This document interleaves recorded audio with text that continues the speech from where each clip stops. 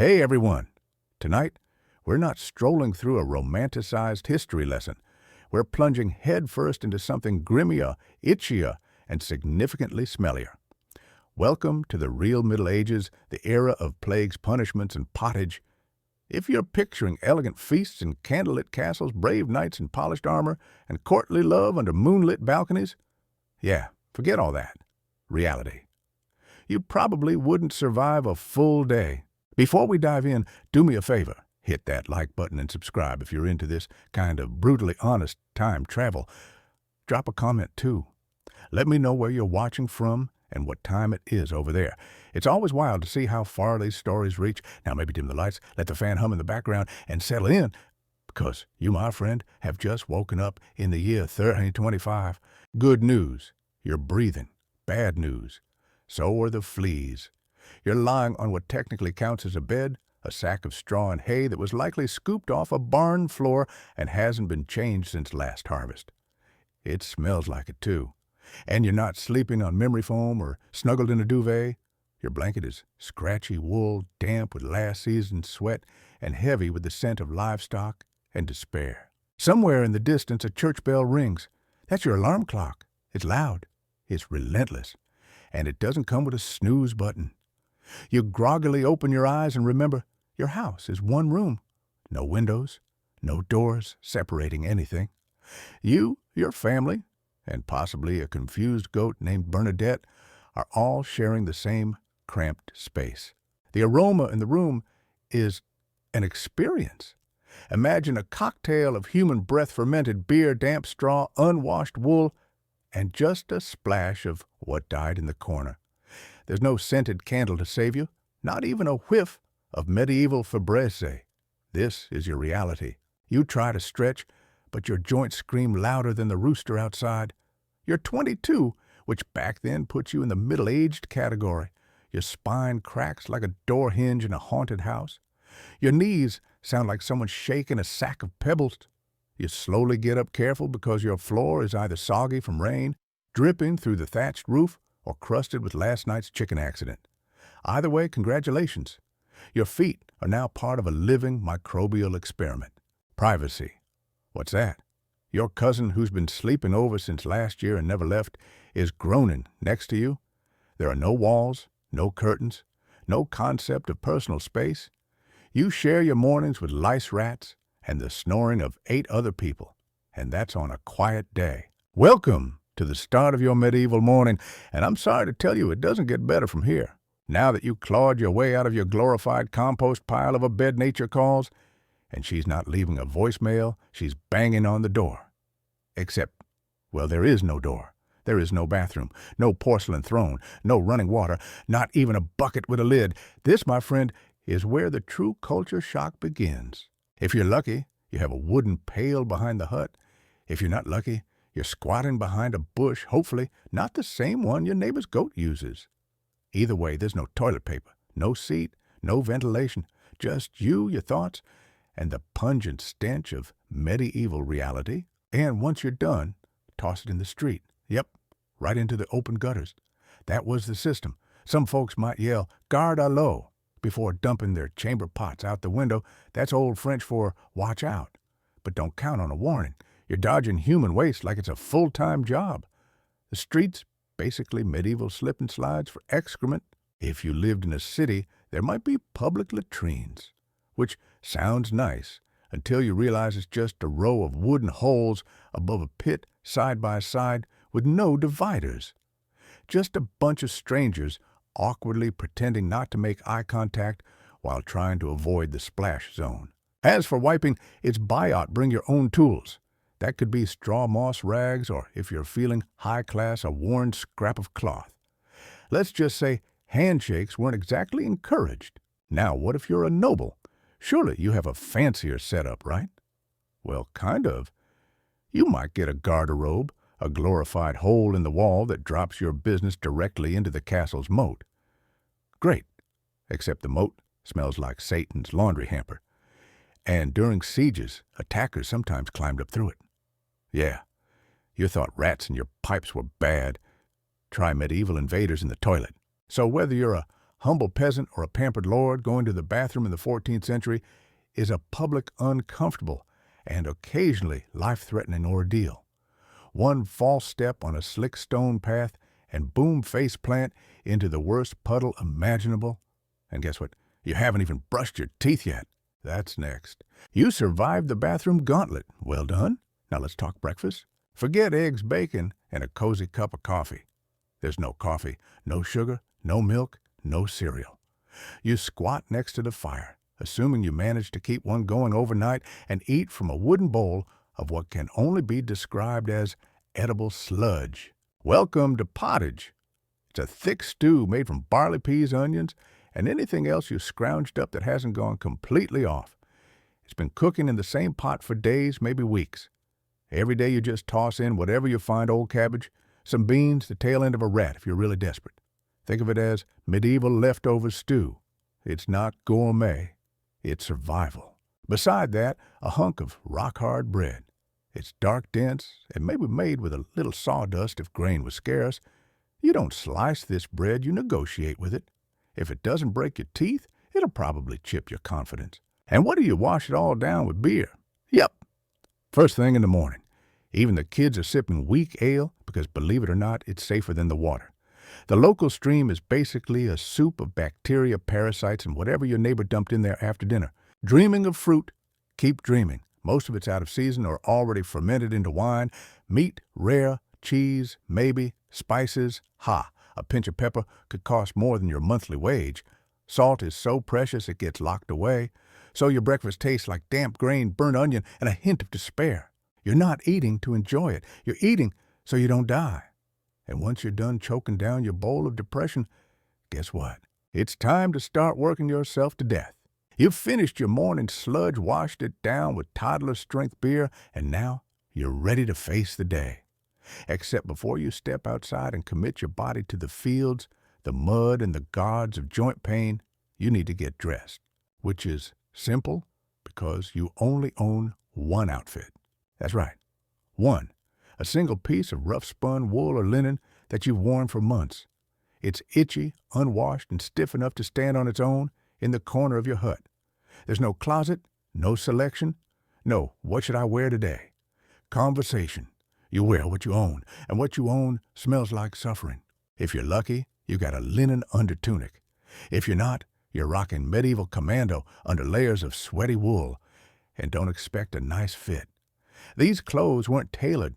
They were slapped together by your aunt who has a strong work ethic and no sense of proportion.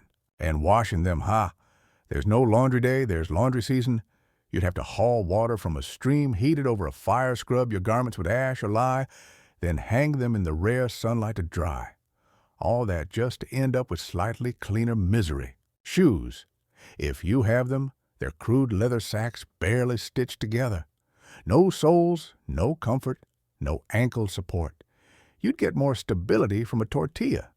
Most peasants go barefoot over rocks, mud, dung, and possibly the bones of their ancestors. And it doesn't stop at discomfort. Your body has become a multi-unit housing complex for parasites, lice-constant companions. Fleas like family. Bedbugs call them roommates. You scratch constantly. Behind your ears, under your tunic, in places you don't want to talk about. Everyone is itchy all the time. Nobles, priests, children. Nobody escapes the medieval microfauna. Got a rash? Deal with it. Skin raw from scratching. Welcome to the club. Scalp flaking like snow in summer. Totally normal. And if someone offers you a wooden spoon to help with the hard-to-reach places, that's not weird. That's considerate. You've now layered yourself in filth, sweat, and wool, and you still haven't brushed your teeth. Which brings us to smile like it's 1325, don't. Your mouth, a disaster zone. There's no toothpaste, no floss, no mouthwash. The idea of oral hygiene, practically witchcraft. The most you might do is chew on a stick. If you're fancy, maybe rinse with vinegar. Mostly you just pray your teeth stay in your head long enough to finish chewing your brick-like bread. By your mid-20s, your gums are red, inflamed, and receding faster than your optimism. Cavities are common. Toothaches are constant. And bad breath. Oh, it's everywhere. Halitosis was the background hum of medieval existence. And when something goes really wrong, like a rotten tooth that starts to fester, your options are limited, very limited. Dentists, none. Anesthetics, nope. Sterile tools, forget it. But you do have barber surgeons. Yes, the same guy who cuts your hair also yanks your teeth out with iron tongs. No gloves, no sedation, and no concern for your comfort. He heats his tools in a fire not to clean them, but to look dramatic. Then he goes to town on your molar while you scream into a leather strap. Infections, very common. And since germ theory hasn't been invented yet, no one knows why you're swelling up like a baked turnip. If your wound festers, they might bleed. You apply a poultice made from moldy bread or suggest you pray harder. Sometimes a simple toothache can turn into sepsis and kill you. You don't even get a dramatic death scene, just a fever delirium and a quiet funeral attended by people who now avoid chewing on the right side of their mouths. And if you're single, good luck. No one's checking your dating profile for a smile. They're judging your marital prospects by your land, your chickens, and your ability to not die before winter. So no, you don't smile. Not because you're grumpy, but because smiling exposes the battlefield inside your mouth. And it's losing. Time to earn your suffering. So you're dressed, you've survived the chamber pot Olympics, your teeth are intact for now, and you've choked down your stew of despair. Now, it's time to go to work. Not an office, not a nice little workshop with an espresso machine in the corner. We're talking about field work 6 days a week, sunup to sundown. Your job is to not die while laboring endlessly for someone else's profit. Congratulations, you're a peasant. That means you work land you don't own for a lord you'll never speak to. You get no wage, no dental, no sick days. Your tools, a wooden hoe, maybe a rusty sickle, and a pair of hands that already feel like cracked leather. You dig, you plant, you weed, you haul water. If you're rich enough to own an ox, you use it. If not, you plow by hand. Your back curves from constant bending. Your feet bleed, your muscles ache, and no one cares. Mental health, not a topic. You're expected to smile through suffering quietly, or at least not loudly enough to distract others from their suffering. If you're a woman, your work doesn't end in the field. When you're done farming, you're cooking, cleaning, spinning wool, nursing children, feeding animals, and dealing with your husband's lice. Your kids don't go to school. They don't have toys. They have chores from the moment they can hold a rake. At age 5, they're already helping in the fields or carrying water with trembling hands. And if you're one of the few not breaking your back in the soil, say a blacksmith, a cooper, or a tanner, congratulations. You spend your day breathing in soot, boiling animal guts, or soaking hides in urine. Break a bone. Wrap it in a rag and hope. Fever, drink warm beer, and pretend it's medicine. There's no time to rest. If you don't work, you don't eat. If you don't eat, you die. And there's always another body waiting to take your place. Your career in medieval Europe isn't a ladder. It's a treadmill, made of mud, pain, and generational despair. And as if all of that wasn't enough, here comes the weather. So your back is screaming from hours of field work, your fingers are calloused, your knees ache like rusty hinges, and you're starting to wonder if it's even worth continuing. Well, buckle up, because now the weather joins the party, and in the Middle Ages, the forecast is always some flavor of misery. Let's start with winter. It's not cozy. There's no fireplace crackling gently in the background while you sip cocoa. There's no insulation, no radiator, and no window to even fog up. Your home is made of timber and wattle sticks, mud, and desperation. There are gaps so big you could toss a squirrel through the walls. The cold doesn't stay outside. It walks right in, kicks off its boots, and sleeps next to you. Your thatched roof leaks. Your firewood is limited and wet. If you want to gather more, you better ask your local lord for permission, because forests belong to the nobility, and picking up sticks in the wrong place can literally get you hanged. Yes, for sticks. So you bundle yourself in your one damp tunic, wrap your moldy wool blanket around your shoulders, and huddle near dying embers. Your toes frozen, your fingers numb, your breath visible. It's so cold, you start to question if you've died and just haven't realized it yet. Frostbite isn't diagnosed. It's just called bad luck. You lose a toe. Life goes on limping. You don't get sick days. You don't get hot baths.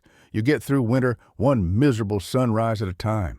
And then just when you think the suffering must surely ease, summer hits. Sounds better, right? More sunshine, more life. Not exactly. Your house, already poorly ventilated, becomes an oven. The sun beats down through the thatch, and the heat gets trapped inside like it's on a mission to roast you alive. There's no breeze, no AC, no fan, not even a sad hand-woven leaf paddle. You sweat through your only outfit, but you can't take it off because modesty is still enforced by both the church and the local gossip mill. The smell, atrocious. Between your sweat, your family's sweat, the lingering stew and the goat droppings in the corner, your home is less rustic cottage and more fermentation chamber. The flies agree. They move in with enthusiasm. Mosquitoes join the rave. Your nights are spent swatting at your ears, itching your ankles, and praying the heat breaks before your brain starts to melt. Sunburn common, dehydration constant, and you can't just lie in the shade because, surprise, you still have to work. The harvest won't wait. Neither will the animals. If you pass out from heat stroke in the field, people don't call it heat stroke. They call it a bad turn and step over your body. So, here's your seasonal breakdown. Winter frozen, stiff, wet, illegal firewood. Summer, boiled, itchy, sweaty, legally dead from exhaustion. And in every season, your clothes still itch. Your food still sucks. And you're still one bad day away from plague. Speaking of water, let's talk about hydration. Water, nowhere. You'll wish you were thirsty. You're parched. You need to rinse the salt off your lips and splash some water on your grime-caked face. Logical instinct, right, wrong century. In medieval Europe, water is trying to kill you. Let's start with drinking. Sure, that stream running past your hut looks clean, maybe even picturesque. It bubbles, it gurgles, it reflects the trees. But upstream, somebody just dumped a full chamber pot into it. And if it's not that, it's a decaying pig carcass floating face down like an omen. Water isn't filtered. It isn't tested. It's a rolling roulette of bacteria, parasites, and medieval micro-monsters that want to colonize your insides. That's why people drink beer, even children, because boiling the water for brewing kills most of the invisible threats. Beer is weak, barely alcoholic, but it's better than dysentery. Some richer folks drink wine, not because they want to be fancy, but because fermented grapes are less likely to kill them than the puddle outside their manor. Now let's address the whole keeping clean thing. Bathing exists, sort of. There are public bathhouses in some cities, but they quickly gained a reputation for being less about hygiene and more about scandal. Gossip affairs, sometimes more intimate extracurriculars. Eventually, the church caught wind of this and started cracking down. But here's the real kicker. People actually believed bathing could make you sick. That's right. The common idea was that hot water opened your pores, and through those open pores, disease would creep in. So many folks genuinely believed it was safer to let the dirt build up. Filth, they thought, acted like armor. And if you did want to bathe at home, good luck. You need to haul water from a stream or well. Heat it over a fire. Pour it into a leaky wooden tub. Pray your entire family doesn't try to share it before or after you. And no soap. Just ashes, maybe some herbs.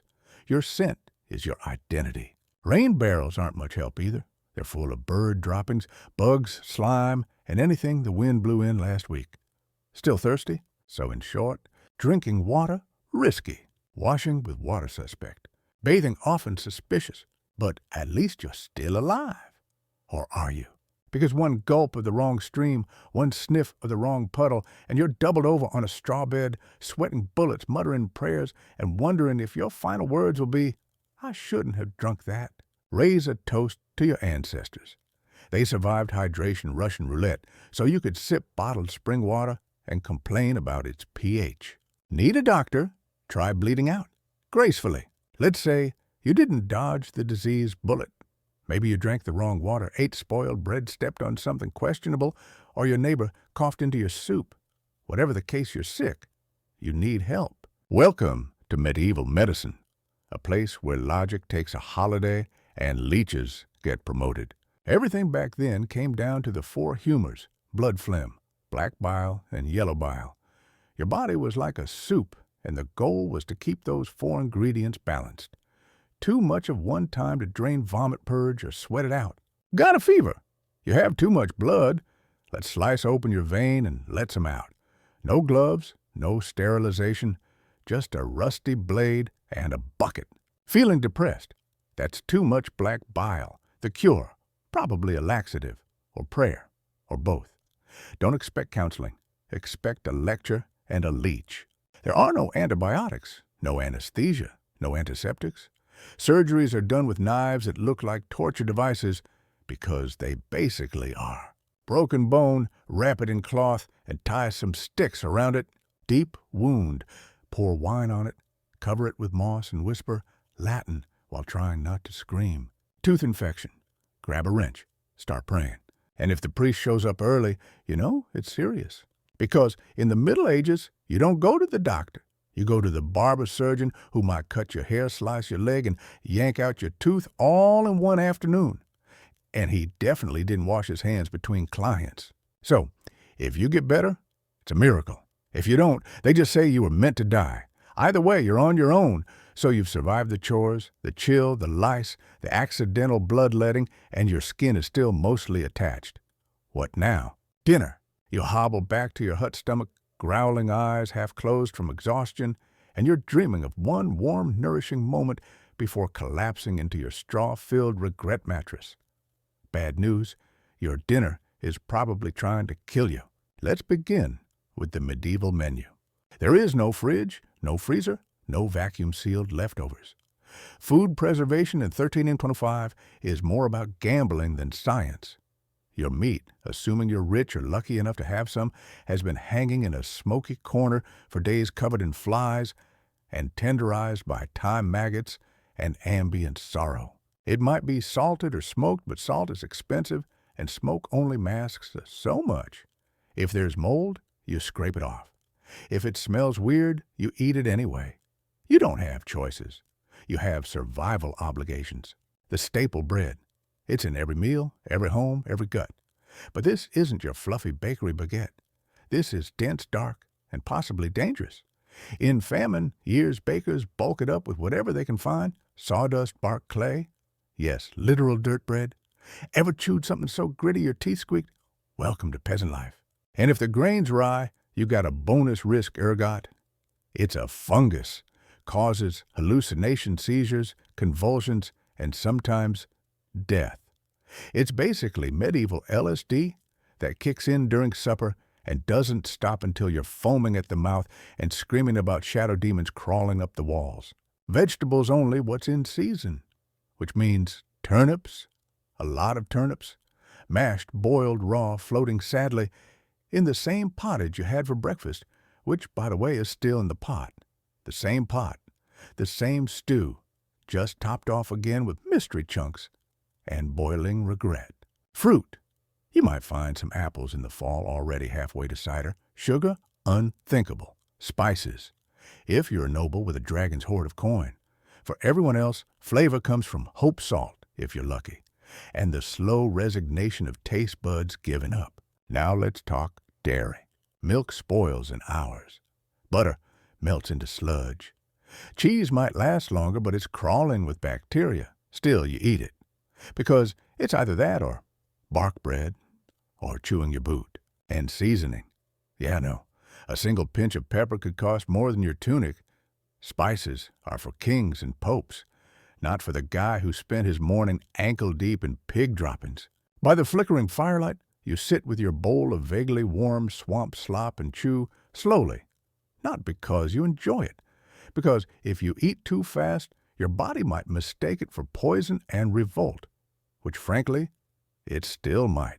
And as you're chewing, you remember this stew may have been sampled by a rat who lives in your roof and occasionally contributes to dinner when he falls into the pot and no one notices. So yes, in medieval Europe, food is nourishment in the same way walking through a thunderstorm is a way to get clean. It's technically true, but you're probably just going to get struck by lightning. A side of sin with every meal. Just when you think the worst is over, that you can finally lie down, stare at the ceiling, and wonder where that new rash came from. You hear it, the bell. Not the dinner bell, the church bell. It's ringing because God is watching. And so is your local priest and your neighbor Agnes, who will absolutely report you if she catches you skipping Mass. In medieval Europe, religion isn't just part of life. It is life. It runs your calendar, your behavior, your economy, and if you're lucky, your guilt. You don't have time in the day for quiet reflection, but you do have to schedule multiple prayer breaks fast on Fridays, attend services, obey religious holidays, and avoid sinning, or at least look like you're avoiding it. Forget to bow before the altar, sin. Think an unclean thought about the milkmaid, double sin. Eat meat on the wrong day, triple sin, and maybe a flogging. Hell is very real to you, vivid, graphic, and marketed aggressively by the church. Lakes of fire, demons with pitchforks, eternal suffering. That's not symbolic. That's bedtime stories for your kids. The Bible. You don't read it. It's in Latin. You probably can't read anything. You depend on the priest to interpret everything, including why your harvest failed spoiler. You sinned. Why your cow died. You sinned, and why your rash is spreading. You definitely sinned, and you don't get to opt out. You owe a tithe, a tenth of whatever you own, wheat, eggs, pigs, even the shirt off your lice-infested back. Miss a tithe, you're not just poor, you're spiritually bankrupt. But hey, at least there are holidays, right? Sure, dozens of holy days that give you a break from labor, but only so you can fast, confess, attend Mass, and be reminded that joy is a dangerous indulgence. Ask questions, heretic. Doubt the priest, blasphemer. Know how to read Latin and disagree with church teachings, witches are drowned or burned. Sometimes both, just to be sure. So you go through the motions. You kneel, chant, bow, and try not to look like someone who once laughed during confession. Because in 1325, God may forgive you. But the church, not so much. Hard mode. Being a woman in the Middle Ages. By the way, if you were born female, congratulations. You've unlocked hard mode. Everything we've covered, the filth, the famine, the freezing nights, the dysentery water, the constant threat of divine punishment still applies. But now add childbirth servitude, zero rights, and constant suspicion. And yes, you're still supposed to smile. From the moment you're born, your life path is set. You'll marry young, possibly preteen young. You'll get pregnant by 14, and that marriage, not about love. It's a land contract with side effects. Your opinion is not consulted. You are your husband's property. His job provide. Your job produce heirs, meals, clothes, obedience. Want education. Not unless you're noble, and even then it's limited to things like embroidery and religion. Want freedom. Only if your husband dies and no one marries you off again. Want to speak your mind? Careful. That's how you get accused of witchcraft. Witch is a catch-all term for woman who said no woman who knows how to use herbs, or woman who has a weird mole. The sentence, burning, drowning, or trial by torture, until you confess to flying naked with demons. Now childbirth, there's no doctor, no clean sheets, no anesthesia. Just a midwife, some hot water, a prayer, and the sheer willpower of your uterus. If anything goes wrong, and it often does, you might die. The baby might die. Both of you might die. And the next day, your sister takes your place. If you survive, congrats. You're now the proud owner of a newborn. There's no maternity leave, no break, no sympathy. You're back to working, cooking, spinning, and nursing often, simultaneously. Unmarried, suspicious. Widowed, vulnerable. Outspoken, dangerous. Even in the church, your role is limited. Nuns live under suffocating rules. Silence, obedience, invisibility. And your spiritual worth always ranked below a man's. So, if you're a woman in the Middle Ages, you're expected to suffer beautifully, quietly, gracefully, while churning butter, raising children, and pretending the lice are part of your hairstyle. So you've battled freezing nights, boiling days, lice invasion stew that doubles as a biological weapon, and childbirth that might as well come with a tombstone. and you think the worst is over. Think again, because now it's time for the real beast of medieval life violence. And we're not talking about isolated skirmishes or the occasional tavern brawl. No. Violence in the Middle Ages is everywhere at home, in the streets, on the battlefield, in church, in your front yard, at the bakery, maybe even in the middle of prayer. Let's be absolutely clear. The concept of law and order was more of a suggestion than a system. Justice was arbitrary, brutal, and public. If something went wrong, the local lord or the village mob would decide your fate. Sometimes with a trial, often with a club. Stole a loaf of bread, you could lose a hand. Accused of lying tongue-pierced. Spread too much gossip. Meet the scold's bridle, a metal cage clamped around your head with a spike or bar in the mouth so you physically can't talk. It's time out by way of iron and public humiliation. Now, imagine you're accused of something serious, say heresy theft or, heaven forbid, witchcraft. What happens? Welcome to trial by ordeal. One version, stick your hand into a pot of boiling water and retrieve a stone. If your skin heals without infection in 3 days, congratulations, you're innocent. If it gets infected, which it will, you're guilty. Enjoy your punishment. Another version, they tie your arms, toss you into a river, and wait. If you sink, you're innocent, and probably dead.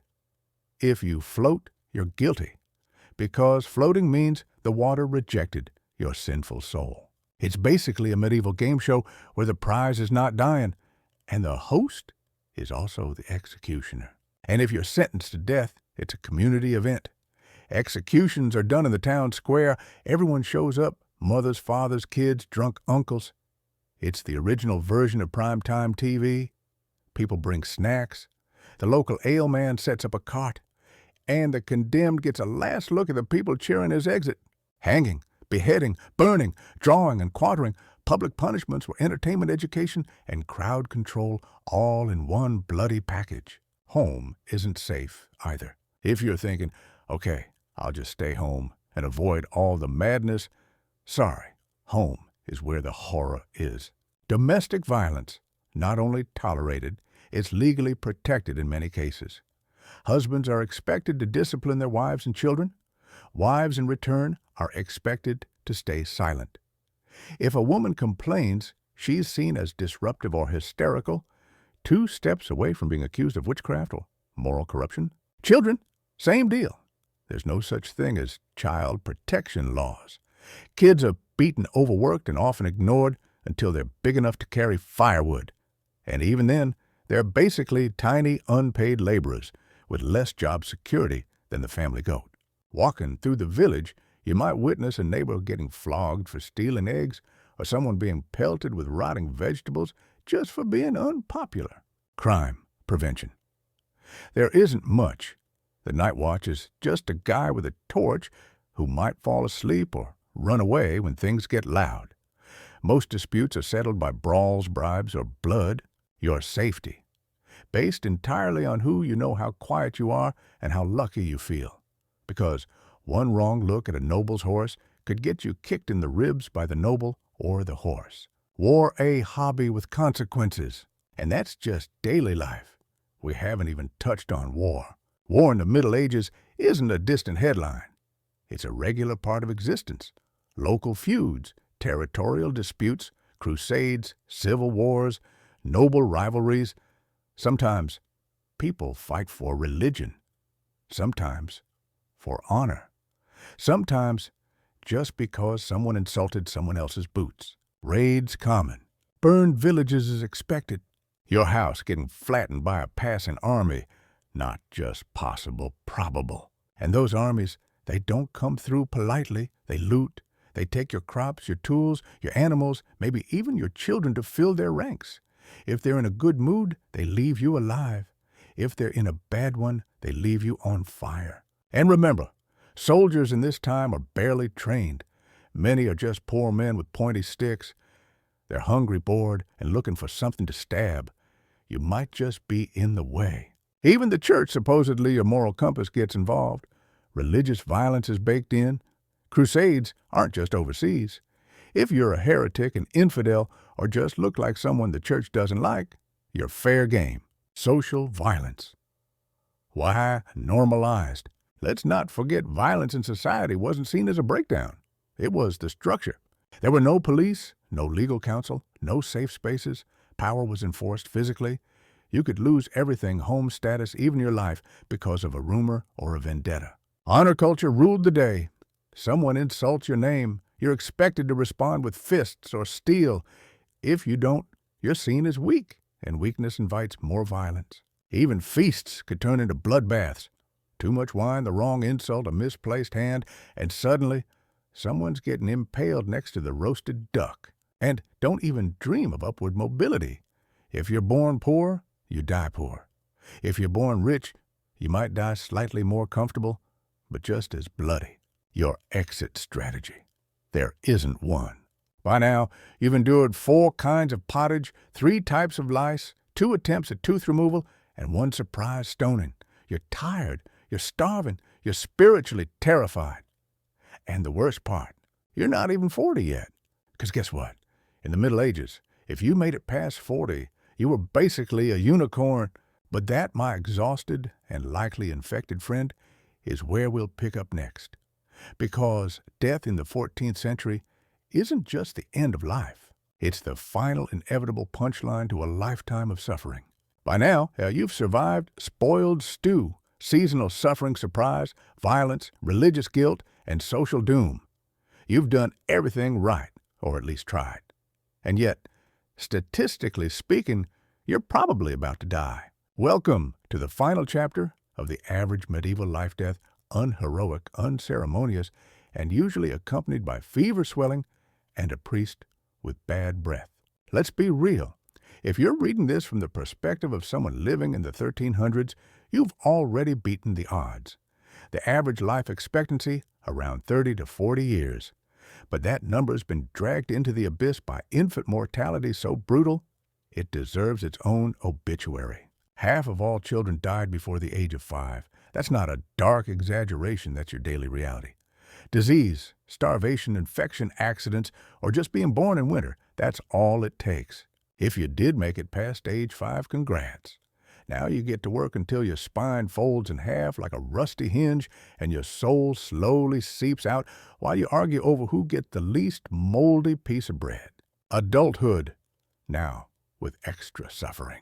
Let's say you live past childhood and reach your early 20s. Great. Now your body begins its slow descent into chronic agony. You've likely already lost multiple teeth. Your joints ache. You're probably limp. You may be missing a finger or two thanks to a scythe accident, a blacksmithing misstep, or a poorly timed disagreement with a drunken cousin. You have no medical care, no pain relief, no understanding of what's actually happening inside your body. There's no diagnosis, just, oh, that's a bad turn, and a priest who starts visiting more often. And if you're a woman, your body is on borrowed time, because the thing most likely to kill you is childbirth again and again until it succeeds. There's no prenatal care, no C-sections, no sterilized equipment, just hope herbs and a midwife with a prayer and a cloth soaked in holy water. You bleed out. That's the will of God. The baby dies. That's also the will of God. Both of you die. Now your neighbors feel a little guilty. And if you somehow survive 10 pregnancies, you're a walking miracle. With arthritis, pelvic trauma, a body held together by willpower, and several children who probably won't make it past adolescence. Danger is everywhere. You could die on the job literally. Farming accidents were common. One misstep behind a plow and your legs crushed. Break your ankle in the field. Hope you enjoy crawling to the hut because help's not coming. There's no ambulance, no clinic, just a cracked bone and a sympathetic grunt from a neighbor who's seen worse. Get an infection. It doesn't matter how small it starts. A cut, a blister, a splinter, any of these could lead to sepsis. Without antibiotics, your body just bloats, burns, and collapses in a puddle of its own attempted immune response. Best case scenario. The infection leaves you maimed. Worst case, you're buried before sundown. Catch the flu. In today's world, annoying. In medieval Europe, potentially fatal. Especially if it turns into pneumonia. No medicine, no rest, no warm tea and Netflix. Just cold air, cold walls, and warm beer that won't help. And then there's plague. Oh yeah, the Black Death doesn't hit until 1347, but there are plenty of other diseases circling the wagon already. Leprosy, typhoid, dysentery, tuberculosis, smallpox, and a parade of unnamed fevers that come out of nowhere take your strength and vanish just in time for your burial. Famine, starvation, with a side of politics. Let's not forget hunger. Food security is a myth. A bad harvest year means entire villages starve. If your crops fail too bad, there's no aid, no surplus, no truck delivering grain from the next town over.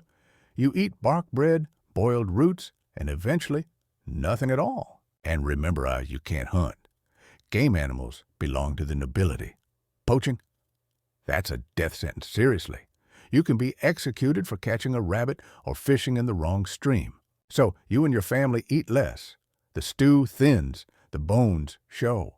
The hope fades, and when famine hits, it's not just physical, it's psychological. Hunger breaks your brain. Parents watch children waste away. Neighbors start turning on each other. The strong hoard food. The weak vanish in the night. Accidents. Just another Tuesday. You could also die from falling into a well, being crushed by a cart, being kicked by livestock, drinking poisoned water, falling out of a tree, walking into the wrong forest, and being killed for trespassing. Everything around you is trying to end your life. And there's no safety net, no one sues, no one investigates. They just chalk it up to bad luck and dig a shallow grave. Funerals, if you're lucky. Let's say you die peacefully in bed. Highly unlikely. What happens? Your body is buried quickly because decomposition is fast, smelly, and contagious. No embalming, no polished casket, no flowers, just a hole in the churchyard if there's space left. There's a quick prayer, maybe a wooden marker, maybe not. Within weeks, the spot is forgotten. Within years, someone else is buried on top of you. There's no obituary, no death certificate, no family inheritance, just silence. If you die violently on the battlefield in the streets or from disease, you might not even get a burial. During plagues, bodies are tossed in mass graves. Lime is poured over the corpses. The air chokes with rot. People cover their faces and move on, and still life continues because it has to. Old age, a fantasy few see. Now, if you somehow live past 40, you're a legend. People call you the old one. You're a curiosity, a walking relic. You might have outlived your spouse, most of your children, and your usefulness to the feudal system. Your teeth are gone. Your joints are frozen. You can't see. You can't hear. But you can sit by the fire and tell the new generation stories about how much worse it used to be, even though secretly it's always been this bad. But most don't get that chance. Most lives end early quietly and without fuss. You don't retire, you stop showing up. And when people ask, "Where's old Matilda?" the answer is simple: she stopped waking up. Death wasn't the end, but it was exhausting. Medieval death wasn't clean or noble or cinematic. It was a final act in a play that had been painful from the first scene. It could be a quiet fade or a chaotic unraveling. But either way, it always felt too soon and yet somehow too late. And if you're thinking, surely there was more to life than this, you're right. Because even in the filth, the fear, and the fever, people still managed to love, to laugh, to hope, and to find meaning. But that's a story for another chapter. Because now it's time to dismantle the fantasy, the romantic myth of the Middle Ages, and finally face the truth. You don't want to be a knight. So far, we've crawled through the muck of peasant life, disease, hunger, violence, and death. And maybe, just maybe, a part of you has been holding on to a shining dream. Okay, sure, being a peasant sucked, but I wouldn't be a peasant. I'd be a knight. You imagine yourself on horseback, draped in shining armor, galloping into battle with honor in your heart and a damsel waiting in a tower. The truth. Being a knight in the Middle Ages wasn't a fantasy. It was a full-time job wrapped in agony, blood, bureaucracy, and rust. Let's break the illusion. Knighthood, the original military career path. First, knighthood wasn't about being brave or noble. It was about land status and contracts. Knights were the military class, not superheroes. Think less honorable crusader and more well-armed mercenary who knows the right people. And you didn't just wake up one day as a knight. You had to be born into the right family, spend years training as a page and squire, and only then maybe get knighted. Training was brutal. From childhood, you learned how to fight, ride, hunt, and kill. You practiced with live weapons. You trained on wooden horses. You sparred against older boys who didn't care if they cracked your ribs. You spent more time bruised than not. And when you finally became a knight, the reward wasn't rest. It was war. Armor, your personal torture chamber. Let's talk about armor. Yes, it looked cool. Yes, it could stop arrows. But also, it was a nightmare to wear. A full suit of armor could weigh 45 to 60 pounds. It wasn't like walking around in athletic gear. It was like strapping your kitchen appliances to your limbs and trying to jog. Getting into armor took time, sometimes an entire team of squires. You didn't just throw it on. You were assembled. And once inside, you couldn't bend well, couldn't run, couldn't sit normally. Going to the bathroom, not happening without help. You sweat constantly. You chafed in places that weren't meant to chafe. And after hours of marching or battle, your entire body felt like it had been crushed by an angry horse, which ironically might also happen during the battle. Oh, and if you fell off your horse, good luck getting back up before someone shoved a dagger through your visor. The realities of battle blood, mud, and screaming. Movies show knights in glorious duels, parrying with perfect form, exchanging witty lines mid-fight. Reality far messier. Medieval combat was chaos. Horses screamed, men roared. You couldn't hear your commander, you couldn't see through your helmet. The ground turned to soup beneath your feet, blood, mud, urine, and manure mixing into a disgusting battlefield stew. Your sword was heavy, your arms tired quickly. Your opponent wasn't there to test your skill. He wanted to end you, and he wasn't fighting fair. No one was. If you turned your back, you got a hammer to the skull. If you slipped, you got trampled. And once you were down, there were no medics, no battlefield nurses. You lay in the mud, bleeding out, possibly conscious, while someone looted your belt pouch. And if you survived the battle, we'll hope you weren't captured, because now begins the ransom process. Captured, pay up, or rot. Knights were valuable. If you were captured in battle and you had noble blood, you weren't killed. You were ransomed. That sounds nice until you realize what it meant. You might be held for months or years in a dungeon chain beaten, or simply left in filth until your family could cough up the gold. If they couldn't afford it, you rotted, or disappeared, or got sold off to someone with worse intentions. And if you were a landless knight just barely clinging to status, your captors might decide you weren't worth the trouble and end you on the spot. Tournaments, not a day at the fair. Okay, maybe war isn't for you. You like the idea of jousting. Friendly competition, applause, maidens tossing flowers. Try again. Tournaments in the Middle Ages weren't sports. They were full-blown battles with rules, and even those rules were optional. Originally, tournaments were mock wars where knights formed teams and tried to capture each other not for points, but for ransom. You won by physically beating your opponent, stealing his gear, and demanding payment. Teeth were lost, bones broken, deaths common. Jousting, also brutal. Lances shattered, helmets dented, riders were thrown from horses and sometimes impaled. Even kings weren't safe. King Henry II of France died from a jousting wound to the eye. So yeah, romanticize that. Chivalry marketing, not morality. Let's talk about chivalry, that oh-so-noble code you've heard so much about. You know, protect the weak honor, women serve the Lord, be virtuous. Cute, but not real. Chivalry was an ideal, a propaganda tool for a warrior class that needed to justify its violence. Knights weren't saints. Many were violent thugs in armor. They pillaged villages, extorted peasants, terrorized travelers. They joined crusades not out of piety, but for loot, glory, and land. Chivalry told them to respect women, and yet rape by knights was disturbingly common and rarely punished, especially if the woman was of lower class. It told them to protect the poor, but many knights lived by taxing and brutalizing the poor. It told them to serve God, but plenty of knights switched sides in wars, for money, not morals. So, no, the knight in shining armor wasn't real. The knight was complicated, a blend of soldier, landowner, thug, and PR disaster. The price of glory-crushing debt.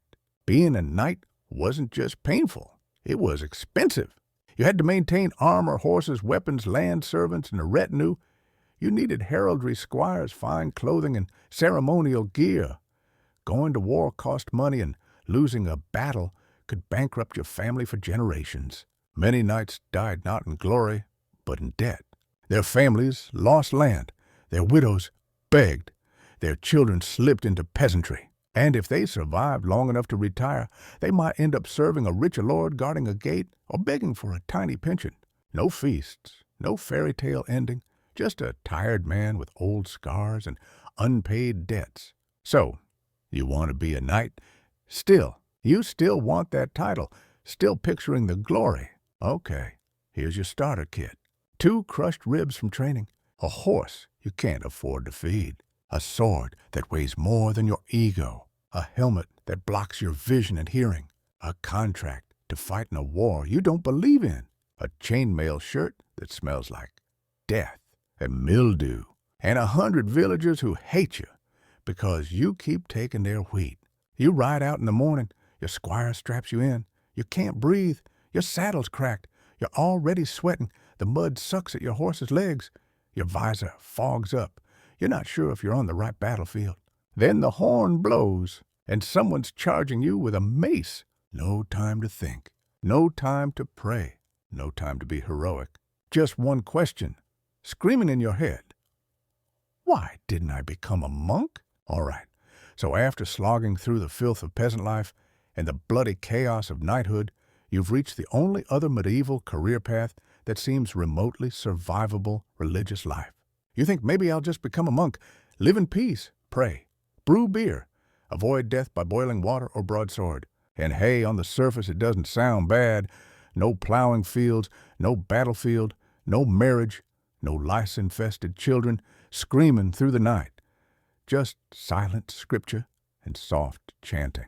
But hold on, before you grab your robe and shave your head, let's walk through what really awaits you behind monastery walls. The monastery peace, poverty, and penance. First off, you don't join a monastery like it's a summer camp. You're often sent there as a child by your parents. Maybe you're the 2nd or 3rd son in a noble family with no inheritance to offer. Or maybe your parents just want one less mouth to feed. Once inside, your life is no longer your own. You take vows, poverty, chastity, and obedience.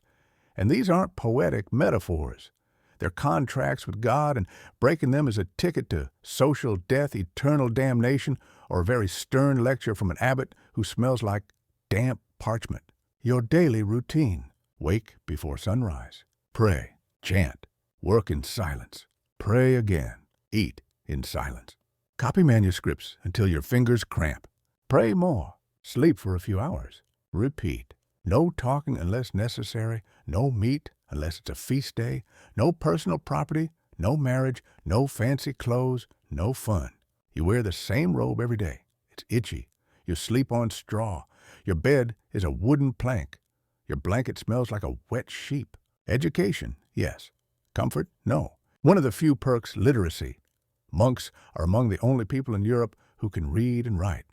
You copy books by hand letter, by painstaking letter, illuminated with flourishes of ink, gold leaf, and quiet despair. But this isn't creative. It's not journaling. You don't get to write your feelings. You transcribe the same sacred texts over and over, Bible verses, Psalms, sermons, the lives of saints.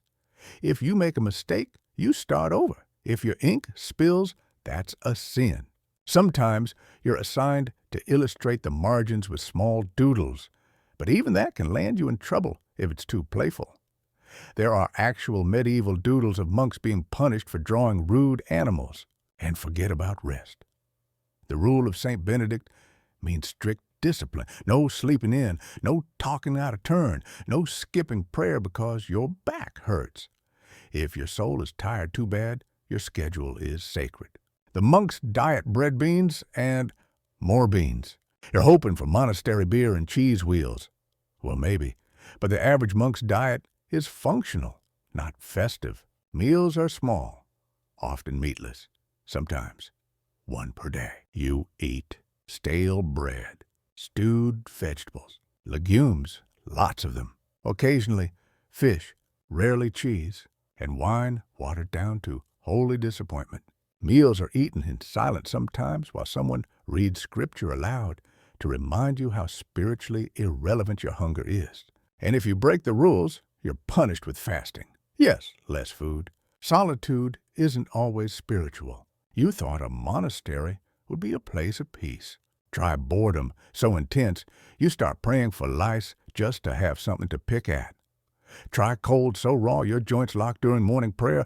Try isolation so suffocating you forget what your own voice sounds like. And the hierarchy. It's strict. The abbot runs everything. You obey or you're reprimanded, punished, or sent to labor in the garden for a week of reflection. Speaking of gardens, that's where a lot of monks spend their time. Monasteries are self-sustaining. That means monks plant, prune, chop wood, fix roofs, tend sheep, and dig latrines. They don't lounge around inventing beer recipes all day. And yes, there are chores. Endless, smelly chores, cleaning chamber pots, washing robes in freezing water, scrubbing floors. If you're unlucky, you're assigned to grave-digging duty, because death, it's still here, just quieter. Monks get sick. Monks die. Monks collapse in prayer, coughing blood, whispering hymns with cracked lips. There's no hospital, just prayers and herbal poultices and the hope that someone remembers your name after the burial bell tolls. Nuns, same rules, even less respect. Now let's talk about nuns. You might imagine a peaceful convent, women supporting each other in wisdom and grace, sewing, singing, caring for orphans. And sure, some of that happened, but mostly nuns lived under similar restrictions: silence, chastity, obedience, fasting, poverty, but with even less power and more suspicion. Women in convents were often dumped there by their families, not chosen, not called, just assigned. A noble family had too many daughters, the extra was sent to the nunnery, and God help her if she asked questions. Nuns were often viewed with suspicion, especially if they were literate or bold. If they wrote too much, spoke too much, or prayed too fervently, they risked being accused of heresy hysteria or, ironically, being possessed. And life inside the convent cold, cramped, controlled. There were whispers of abuse. There were punishments for disobedience. There were internal politics between abbesses and sisters. And for many, it was a life sentence, not a spiritual choice. Monasticism wasn't a get-out-of-suffering card. So let's recap. Yes, you're less likely to die in a field accident or get stabbed for your sheep if you become a monk.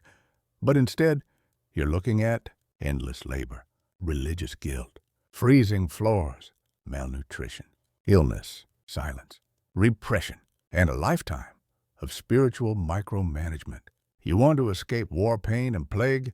You'll still find all three behind cloister walls, just wearing better robes. No exit, no escape. And here's the real kicker. Once you take your vows, you're locked in. You can't leave. You can't marry. You can't start a business. You can't visit your family. You can't have kids. You can't pursue pleasure, protest injustice, or even sleep in. The walls are thick. The prayers are long. The life is short. And the only thing waiting for you at the end of this spiritual tunnel? A modest grave under a monastery floor, and maybe a line of Latin script in a ledger saying you died in God's service. So, what's left? You've now survived peasant life, knightly warfare, and monastic self-denial, and you're wondering, was there anyone in the Middle Ages who had it good? Well, there's one group we haven't covered yet. They wore silk. They sat in thrones. They held power over life and death with a single word. But don't get too excited, because next up, medieval royalty, a life of power, poison, paranoia, and absolutely no privacy. All right, you've crawled through the stew of suffering that is peasant life. You've marched through the blood-soaked fields of knighthood. You've chanted your way through the cold corridors of monastic silence. Now, finally, we get to the top of the food chain, royalty. You're thinking, this is it. The good life, gold crowns, endless feasts, Velvet robes, power servants, castles, sign me up. And yes, on paper, being a king or queen sounds like the dream.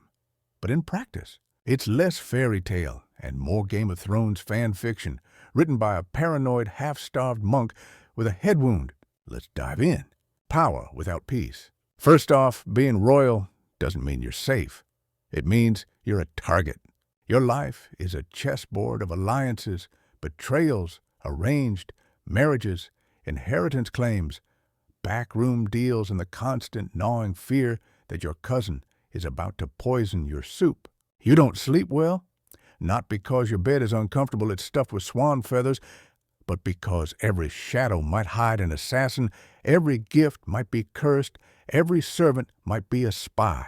Your meals are tasted before you eat them. Your wine is inspected. Your doctors carry leeches and theories, but no actual cures. You wake up each day with a heavy crown and heavier responsibility. The economy, the army, the church, the nobles, the peasants, the weather, all are your problem. And every time something goes wrong, someone says it's your fault.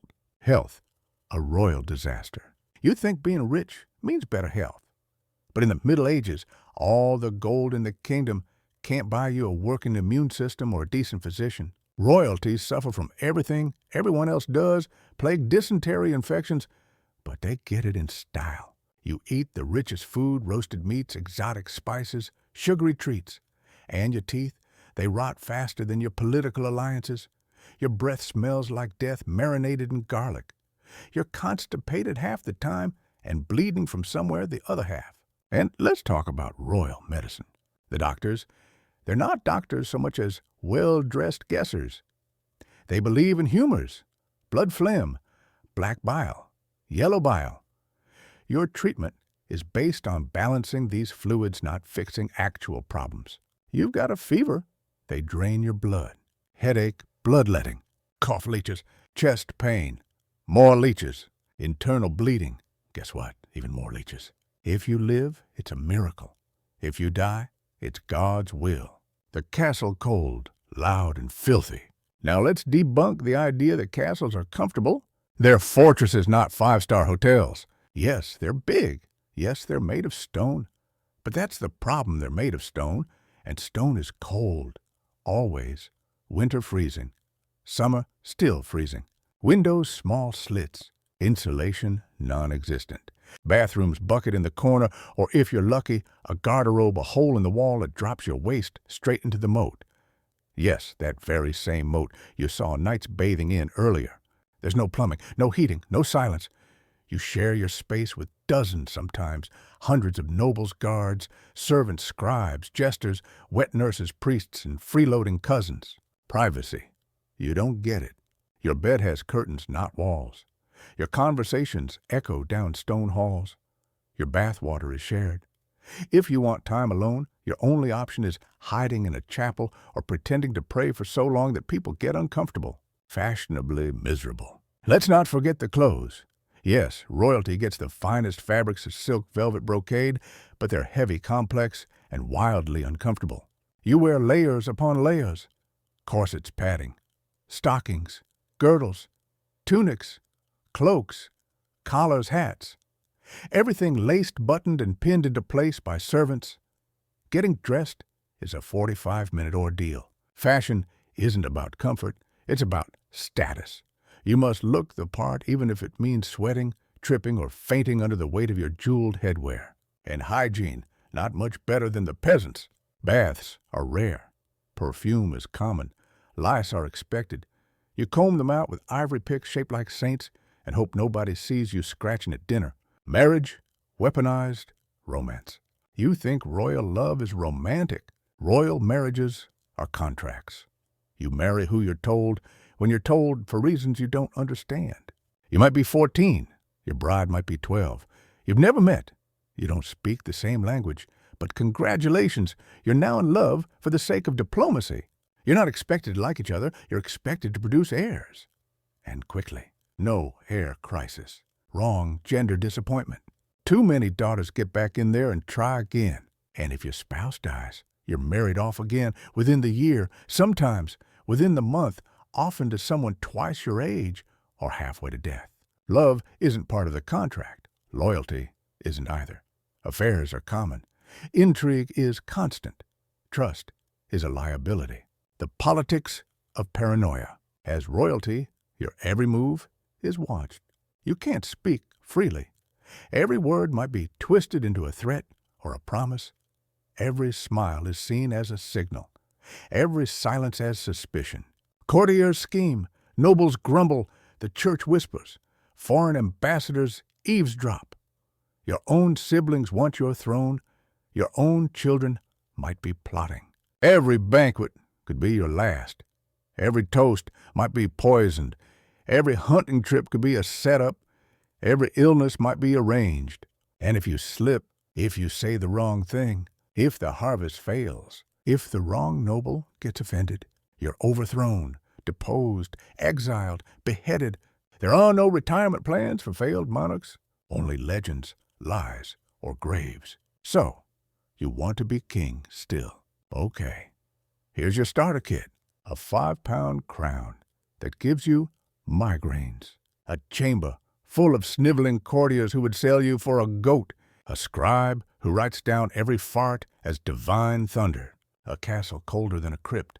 10 dishes you can't eat because they've all been poisoned before.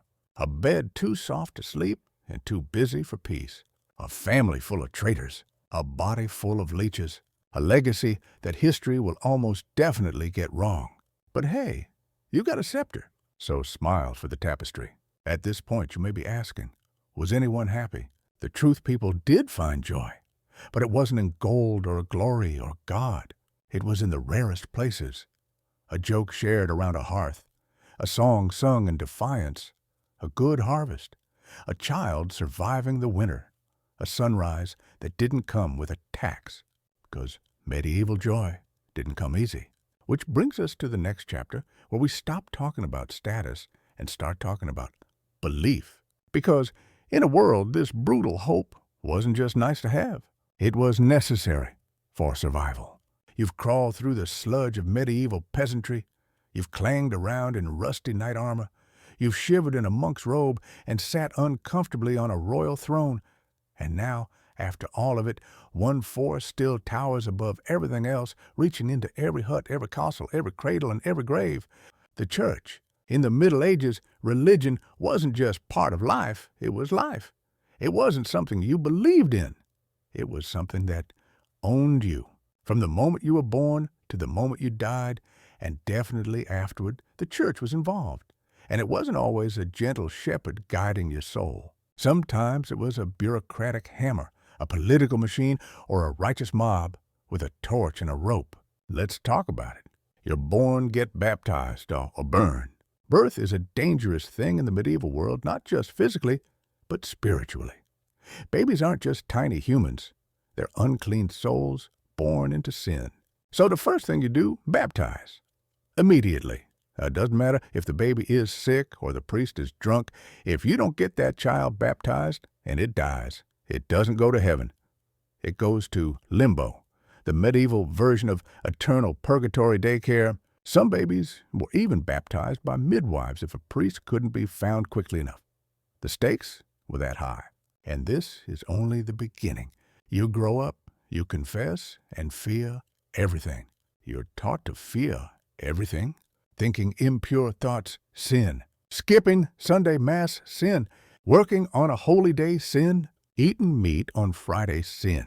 Being too happy, suspicious, probably a sin. Asking too many questions, heresy, definitely a sin.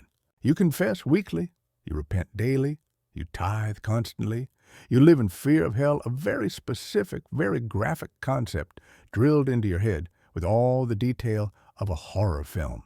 Hell isn't a vague bad place. It's fire teeth, screaming devils with pitchforks. It's eternal torture for stealing, for lying, for even thinking about doing those things. There are no therapists, no second chances, no nuance, just sin and punishment. And if you want forgiveness, you pay. Literally, the business of salvation. The church isn't just about saving souls. It's also about making bank. You tithe, that's 10% of your income always. You donate land. You pay for masses. You buy indulgences, get-out-of-hell-free cards to reduce your time in purgatory. You pay for baptisms, funerals, weddings, candles, prayers, blessings, relics, and pilgrimages. The church is the spiritual Amazon of the Middle Ages. Everything has a price tag.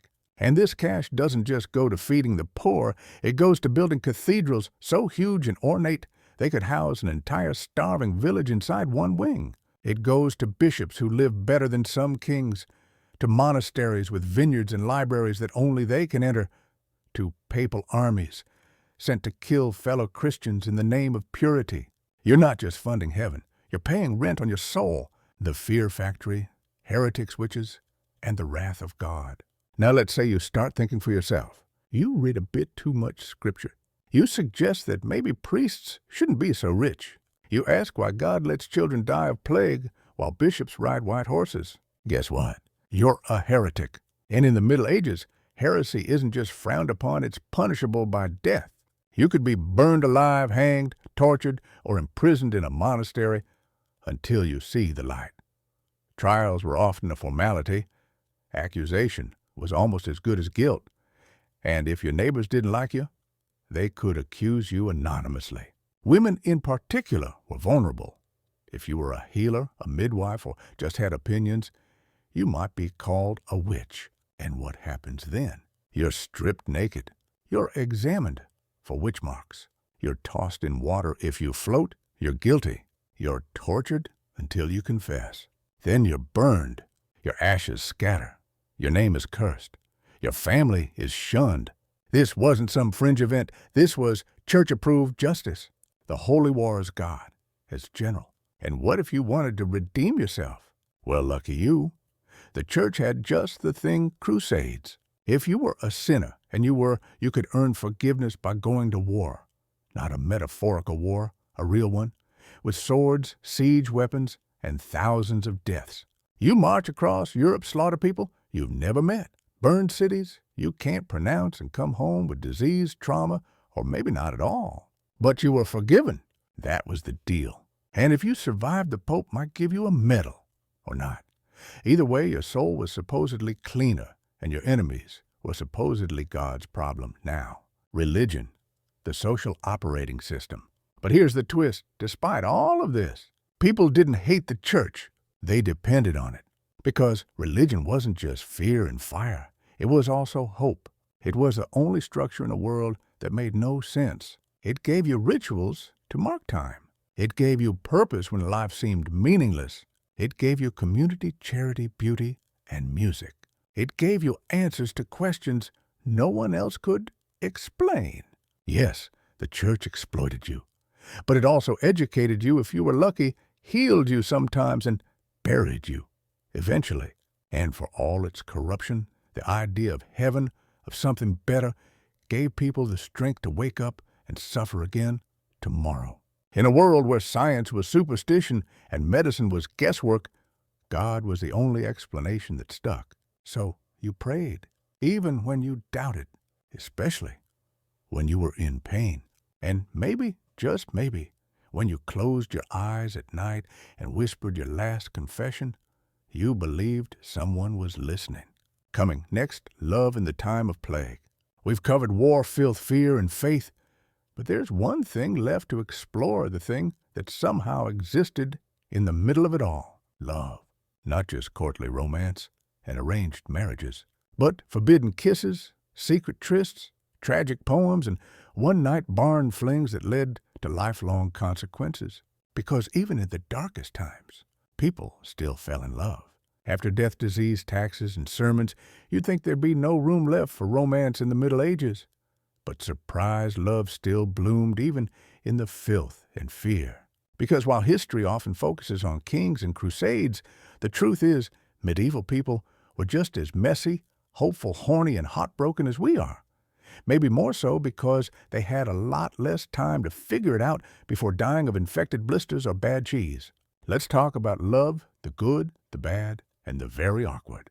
Marriage business, not pleasure. First of all, medieval marriage wasn't about love.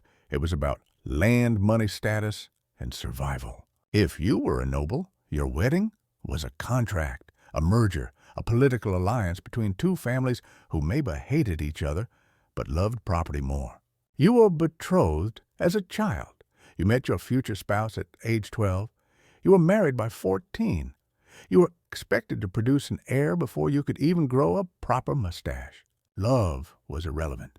Compatibility didn't matter. What mattered was the dowry the family named and the awkward feast where people clinked goblets while two teenagers were shoved into a candlelit bedroom to make dynasty babies. Romantic, right? Peasant love. Fast, fragile, and full of kids. If you were a peasant, your marriage was a little more organic. You met at church festivals, you flirted during harvest, maybe you shared bread and awkward glances. You courted if you were lucky, or you just got drunk and made a decision that couldn't be undone. There were no rings, no diamond proposals, no candlelit picnics. Maybe a blessing from a local priest, maybe not. But once you were married, that was it. You didn't divorce. You didn't take time apart. You lived together, worked together, raised kids together, buried children together, grew old together if you survived long enough, and if the marriage was unhappy. Too bad. There were no therapists, no second chances, no finding yourself. You had each other, and that was either comforting or a quiet daily form of psychological war. Forbidden love, risky business. Now here's where things get spicy, because while marriage was practical, affairs were emotional and dangerous. If you were a noble woman, your body was basically your family's property. Having an affair that could get you exiled, disowned, imprisoned in a tower, or straight up killed. If you were a nobleman, you could usually get away with it unless the affair messed up succession. Then heads rolled. Peasants weren't under the same scrutiny, but that didn't mean affairs were free. They could lead to social ruin, bastard children, public shame, or church punishment. Still, people risked it, because love isn't rational, especially in a world where everything else is already awful. A stolen moment in a barn, a letter hidden under bread, a dance at festival dusk. People needed that. They needed someone to make life feel human. Sex, more common, less clean. Let's talk about sex. Yes, it happened. Yes, a lot. People didn't have Netflix or books or long commutes. They had haylofts and hormones. The church preached chastity, but people weren't saints. Priests had mistresses. Monks had secrets. Peasants had 10 kids. Royal courts were buzzing hives of flirtation gossip and the occasional scandal involving a lute and a chambermaid. Contraception rare and unreliable. Some tried herbs, others used linen sheaths soaked in oil.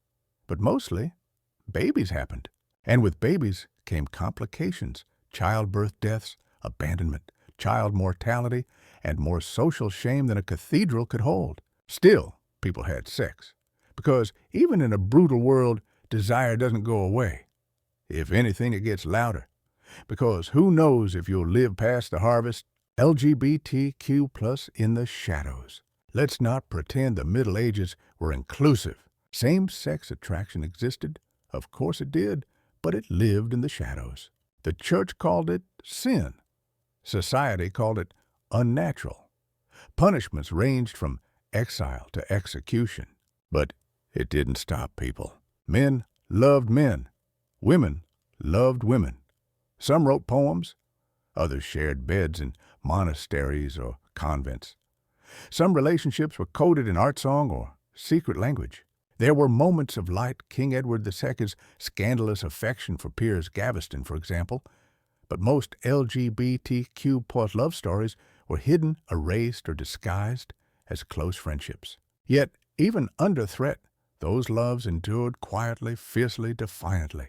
Because love, when denied, doesn't vanish. It adapts. Courtly love, the original fan fiction.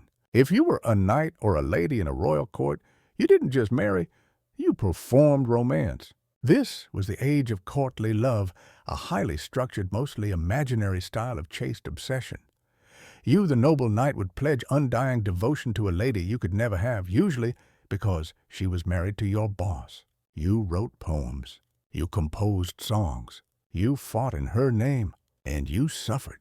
Courtly love was about longing, not fulfillment, about turning pain into poetry, about sighing at windows and swearing eternal loyalty to someone who wouldn't even let you hold their hand.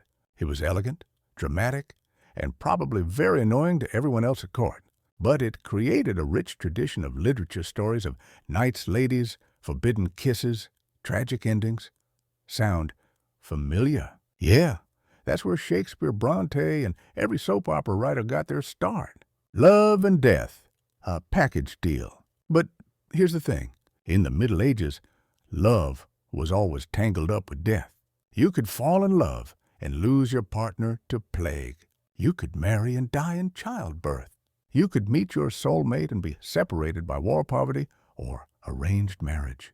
Nothing was guaranteed. No moment was secure. So every gesture, every touch, glance, or whispered prayer meant more, because it might be the last one. Love wasn't always pretty, but it was real. We like to romanticize medieval love with flowing gowns and gallant knights. The truth. Love was sweaty, risky, imperfect, sometimes cruel, sometimes miraculous. It happened in barns, fields, convents, castles, graveyards, stables, and back alleys. It defied class expectation and even logic. People in the Middle Ages didn't love less. They loved harder. Because they had to. Because life was short. Because the world didn't offer many chances. And when love did show up, however briefly, it burned.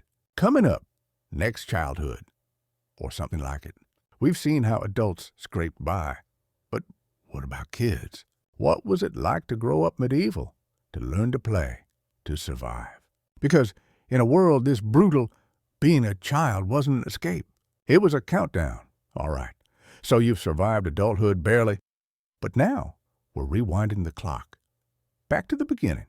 Back to when you're small, wide-eyed, and still blissfully unaware of how broken your world really is. Welcome to childhood. You might imagine it's all giggles and wooden toys running barefoot through wheat fields playing tag behind castle walls. But in the Middle Ages, childhood was less about play and more about preparation for suffering. Being born, not a guarantee. Let's start at the very beginning, birth, which is, in this time period, a miracle if you survive it. Up to 1 in 3 babies didn't make it past their first year. If your mother didn't die during childbirth, she likely buried at least one child before you. Hospitals don't exist. Midwives, sometimes helpful, sometimes guessing. Sterility, not a concept. You're brought into the world in a smoky room on a straw-stuffed bed, surrounded by whispered prayers and real fear. If you live, you're quickly baptized, just in case you drop dead by sunset. The church doesn't like unbaptized souls, and limbo's already full. Congratulations, you're alive. For now, infancy danger in every direction. You're swaddled tight in cloth because, apparently, that keeps you from becoming deformed. You don't move much. You don't get stimulation. If you cry too loud, someone tells you to shut up before you attract evil spirits. Toys. Maybe a carved wooden animal or a rag doll. If your parents are poor, your toy is a rock. If they're rich, maybe a puppet or a tiny knight made of bone. Illness is always lurking. Fevers, rashes, worms, coughs that become deadly in hours. No medicine, no antibiotics, just prayers and herbal guesses. Teething could kill you. An infected scratch could kill you. Drinking from the wrong water bucket could absolutely kill you. You're not precious. You're a fragile investment. Age 5. Stop pulling your weight. If you're lucky enough to make it to age 5, guess what? You're not a kid anymore. You're an apprentice human. If your family's poor, you're already helping in the fields, watching goats carrying water, tending fires, or taking care of younger siblings. If you live in a city, you're sweeping floors, running errands, maybe learning a trade from your parent. You don't get an allowance. You don't get screen time. You get a task and a slap if you mess it up. And education, not unless you're male and wealthy or sent to a monastery. Even then, it's strict, slow, and limited to Latin scripture and memorization. No games, no creativity. Just copy and letters until your fingers bleed. Games, but not the fun kind. kids did play, sort of. There were games with sticks, hoops, dice, and balls.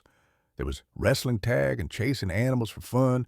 There were festivals where kids dressed up or danced. But most of that ended by age 7 or 8. That's when your real life began. Boys were apprenticed to blacksmiths, bakers, carpenters. Girls learned to spin, cook, mend, fetch water, and prepare for childbirth.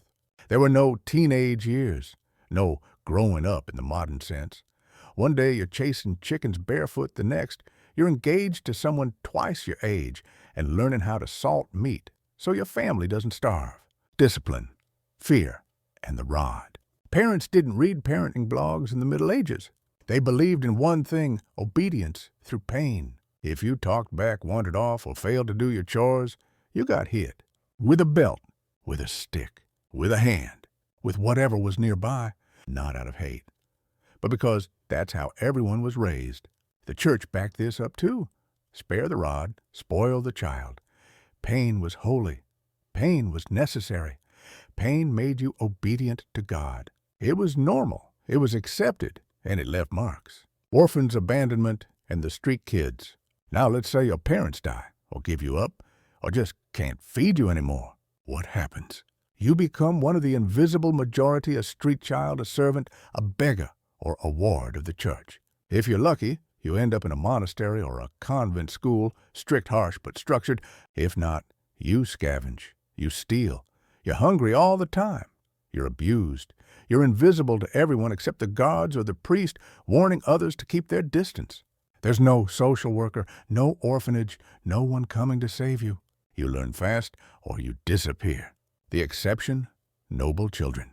But what if you're born into nobility? Surely that's better. Sort of, but not really. Yes, you live in a stone house instead of a straw hut. Yes, you wear wool instead of rags. Yes, you have servants and feasts and maybe a pony. But your life is just as controlled. At age 7, boys are sent off to become pages in another noble household. They learn manners, swordplay, Latin, and how to serve. Girls are taught to embroider, dance, and keep their mouths shut. By age 12, you're already being married off or groomed for war. You're watching people get executed in courtyards. You're learning how to poison enemies with wine. You're not a child. You're a pawn. No bedtime stories, just strategy. Teenage years, non-existent. There's no concept of teenagers. Once puberty hits, you're an adult. You work, you marry, you fight, you give birth, you pay taxes. If you're 15, you're not in high school. You're plowing fields, raising babies, or dying in battle. So much for prom night. And yet, they found joy. It wasn't all horror. Kids still laughed. They played jokes. They chased dogs and told stories. They snuck apples. They built tiny boats to float in puddles. They found magic in the mundane. Because even in a world this cruel, children adapt. They find cracks in the wall and slip through them into moments of real defiant joy. A festival, a flower, a game of chase through the village, a hug from a mother who knows her child might not survive the year, but loves them like they will. Growing up, medieval, wasn't growing up slow. It was fast, it was fragile. It was terrifying and beautiful, and it was short. Which is why when you see a child's handprint on a medieval wall, or a tiny tunic stitched with care, or a lullaby preserved in an old text, you realize they mattered, even if history tried to forget them. Next up, plague and medicine. When breathing could kill you. Think life's been rough so far? Now, imagine waking up in a world where people collapse in the street with black boils, the doctor shows up in a beaked mask, and the only cure anyone offers is pray harder. It's about to get worse. You've survived medieval childhood somehow. You've toiled, sinned, loved, and maybe even sat on a throne, but none of it matters now. Because whether you're a king or a carpenter, a monk or a milkmaid, you're about to meet the most feared, most indiscriminate, most unforgiving killer in the entire medieval world. The plague, specifically the Black Death. Imagine waking up to the sound of church bells tolling, not for worship, but for bodies. Imagine seeing your neighbors bleeding from their gums, collapsing in the streets and rotting before your very eyes, while the town crier shouts, God's wrath from a window. This isn't a horror movie. This is real history, and it's about to get real disgusting. What was the Black Death? In 1347, a ship docked in Sicily carrying something more terrifying than swords or soldiers. It carried fleas. Fleas carrying Yersinia pestis, a bacterium that would go on to kill somewhere between 75 to 200 million people, about one-third of Europe's entire population. Within weeks, entire villages were silent. Within months, cities were running out of places to bury the dead. The symptoms: a medieval horror show. Here's how it worked. You feel fine. A few hours later, you feel tired.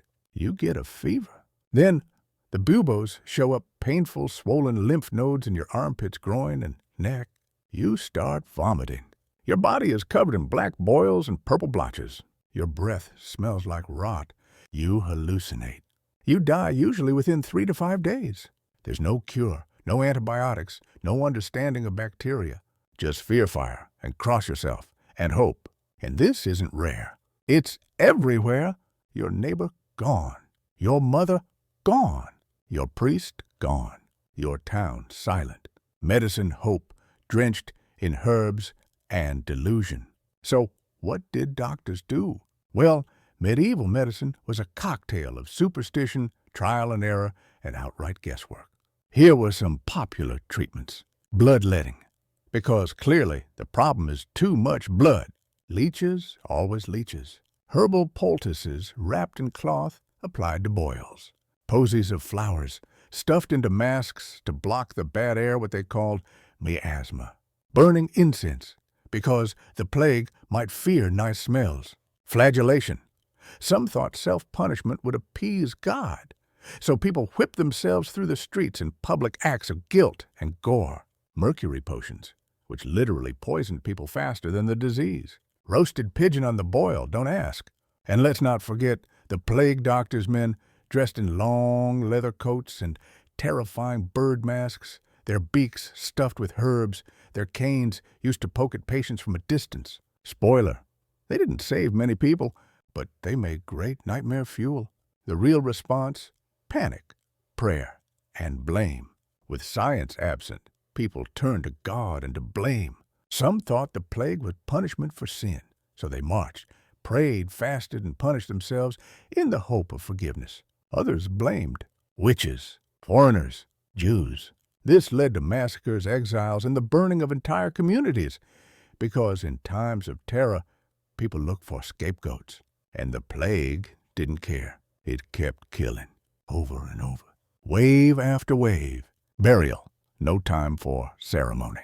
When people die faster than they can be mourned, you stop burying them one by one. Mass graves, plague pits, were dug outside city walls. Bodies were tossed in like garbage. Some were buried alive in the panic. Others were left in houses for days before anyone noticed. Priests couldn't keep up. Bells rang constantly. Funeral prayers were skipped. Sometimes bodies were dumped with nothing but a hurried cross carved into a door or scratched into wood. And when the pit was full, dig another, and another, and another. Life during plague, a daily gamble. So how did people live through this? They didn't, mostly.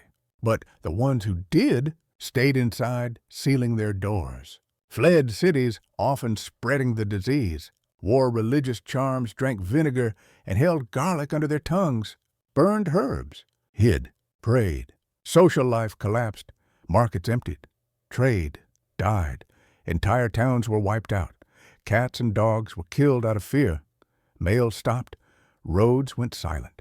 And if someone coughs near you, they're gone by week's end. Maybe you too. Long-term consequences. Strange silver lining. Oddly enough, the Black Death did change Europe in ways that weren't all bad. Labor shortages gave peasants more power. Wages rose. Feudalism weakened. The church, unable to stop the plague, lost credibility. Medicine began to shift from theology to observation. Art became obsessed with death, decay, and the afterlife. It was the beginning of the end of the Middle Ages, the start of something new. But for those living through it, it wasn't history. It was hell. Even after the Black Death disease was constant. The plague wasn't a one-time event. It came back again and again for centuries. And it wasn't alone. Smallpox, leprosy, sweating sickness, tuberculosis, scurvy, typhus, ergot poisoning from moldy bread that caused hallucinations. Every season carried its own brand of death. And the only thing that kept people going, hope, habit, and sheer stubbornness. So, how did anyone survive? Some didn't. Most didn't. But those who did, those who lived through the screams and the rot and the coughing and the fear, were changed. They became more practical, more superstitious, more grateful, more cynical, more creative. Because once you see the world fall apart, you either break or build something new. Coming up next, the end isn't the end. Death legacy and the final act. What happens when your time runs out? How do you prepare for the inevitable? How does a society obsessed with sin, rot, and fire imagine what comes after? In our next chapter, we'll talk about the final reality of every medieval life, death, and what came after. By now, you've suffered through disease, poverty, betrayal, prayer, and probably at least one public beating. But there's one thing left on your medieval to-do list. Die, and spoiler, it's not going to be clean.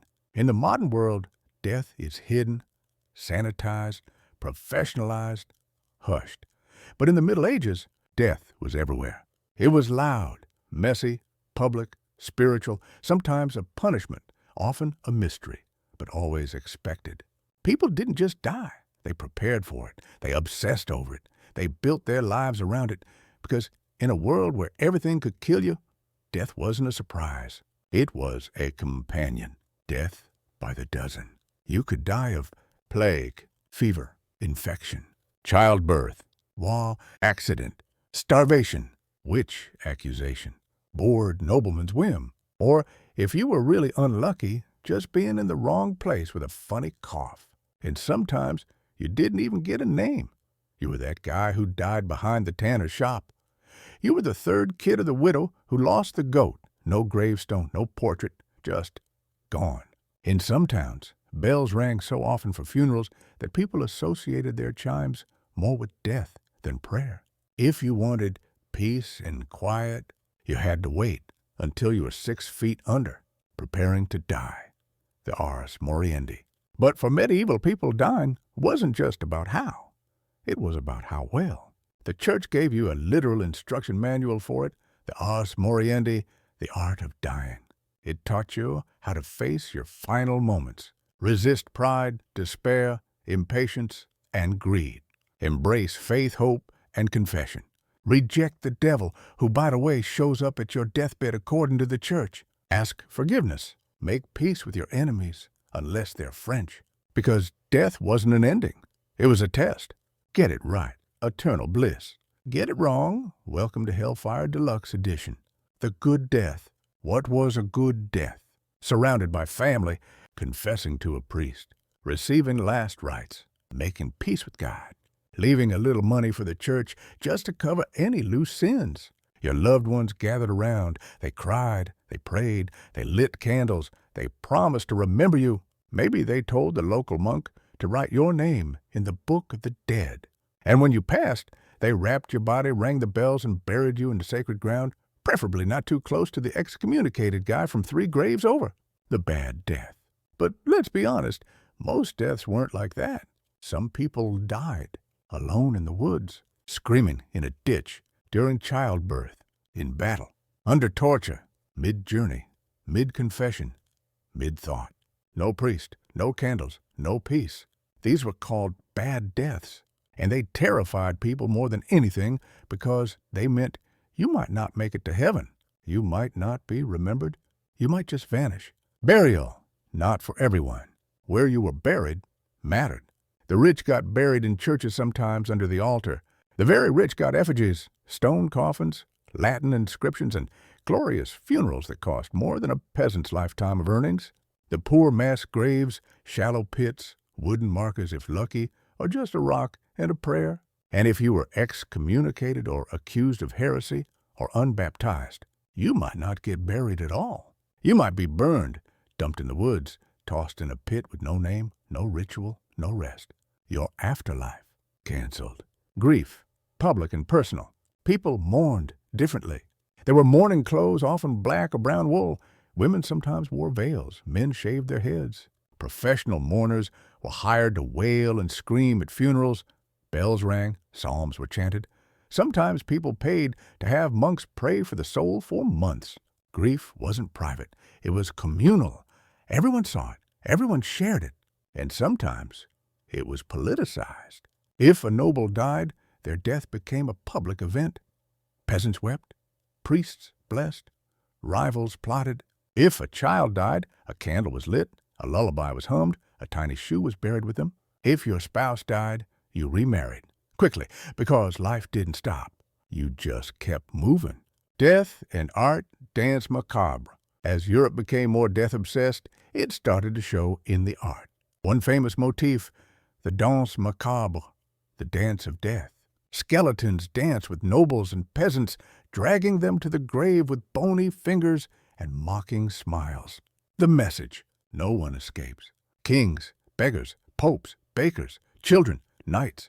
Death doesn't care who you are. It just asks you to dance. And you always say yes. What came after? Heaven, hell, and waiting rooms. The medieval world saw the afterlife in high definition. Heaven was gold streets, choirs of angels, and eternal peace. Hell was fire-tortured demons with pitchforks and you screaming for eternity. Purgatory was the waiting room, hot, uncomfortable, but with a chance of parole if people on earth prayed hard enough. So people paid priests to pray for them after death, for days, weeks, even years. You could literally buy fewer years in purgatory. It was like a cosmic bribe, and it worked if you believed it did. The dead were never really gone. People in the Middle Ages didn't see the dead as gone. They were still around in memory, in dreams, in prayers. Ghost stories were common. So were visions of saints' demons or lost souls wandering in need of help. You could talk to the dead, ask them for protection, blame them for bad harvests, leave food out for them on All Souls' Day. They were part of the family, just quieter. And somehow they still lived fully. Despite the constant shadow of death, people lived. They loved, built, sang, prayed, danced, and told stories. They laughed. They hoped.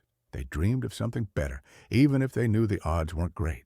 Because death wasn't the opposite of life. It was the price of it. And in the end, the only thing worse than dying was never having really lived at all. Coming up next. So, would you survive the Middle Ages? Let's tally the score. How would you have done? Would you have thrived or died on day 3? Let's find out.